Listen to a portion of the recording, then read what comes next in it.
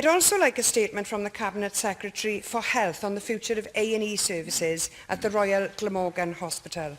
Conversations with staff there about a shortage of permanent doctors and nurses and the impact that this is having causes me grave concern.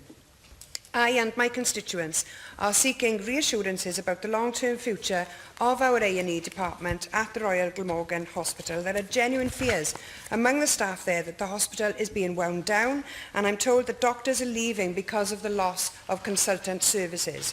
We have lost so many services from this relatively new hospital in recent years because of the centralisation agenda that has been pushed by this Labour government. This agenda has led to the decision to remove consultants from 3 key departments: A&E, maternity and paediatrics.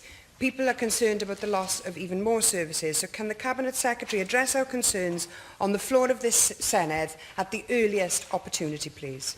I will speak to the Minister with regard to your concerns about A&E at the Royal Glamorgan Hospital, which you've outlined, and ask him to give you the reassurances that you're looking for.